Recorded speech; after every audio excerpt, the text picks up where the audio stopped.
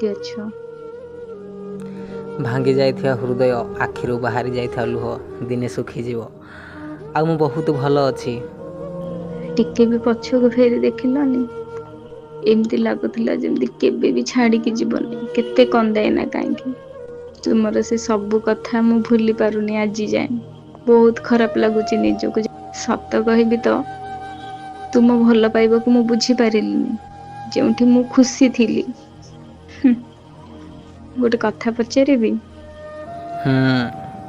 ତୁମେ ଆଉ ଥରେ କଣ ପାଇଁ ଆସିଲନି? ସବୁ ରାସ୍ତା କଣ ପାଇଁ ବନ୍ଦ କରିଦେଲ?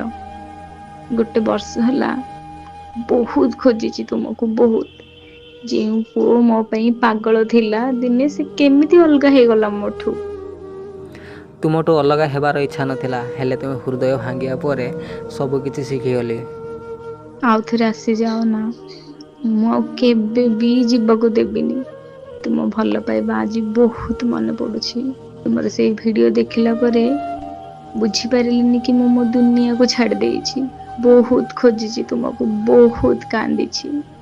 ହଁ, ଯେତେବେଳେ ମୁଁ ତୁମ ପାଇଁ ମରିବା ପାଇଁ ପଛାଉନଥିଲି, କିନ୍ତୁ ତୁମେ ମାରିବା ପାଇଁ ଅଧା ବାଟରେ ଛାଡ଼ିଗଲ।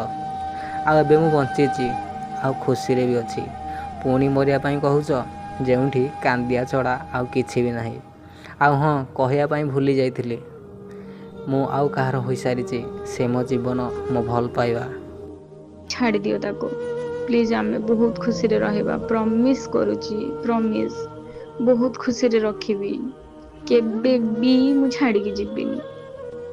ପ୍ଲିଜ ଆଉ ଥରେ ଫେରି ଆସ ନା, ଆଉ ଗୋଟେ ନୂଆ ଦୁନିଆ ବନେଇବା। ତୁମେ କହିଥିଲ ନା, ଭଲ ପାଇବା ଥରେ ହୋଇଥାଏ ଜୀବନରେ।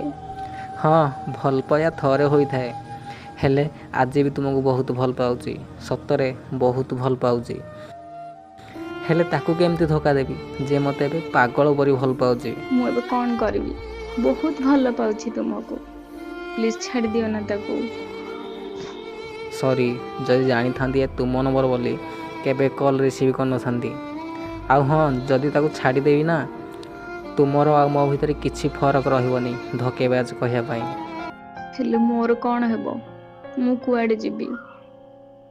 ତୁମେ ଥରେ ଭାବ, ଯଦି ତାକୁ ଛାଡ଼ିଦେବି ତ ସେ କୁଆଡ଼େ ଯିବ? ସେ ମରିଯିବ। ସେ କଷ୍ଟ ତାକୁ ଦେବିନି, ଯେଉଁ କଷ୍ଟ ମୁଁ ପାଉଛି ତୁମେ ଛାଡ଼ିଯିବା ପରେ, ତୁମେ ଧୋକା ଦେବା ପରେ। ପ୍ଲିଜ୍ ଚାଲିଯାଅ ମୋ ଲାଇଫରୁ। ମୁଁ ଖୁସିରେ ବଞ୍ଚିବାକୁ ଚାହୁଁଛି, ମରିବାକୁ ନୁହେଁ।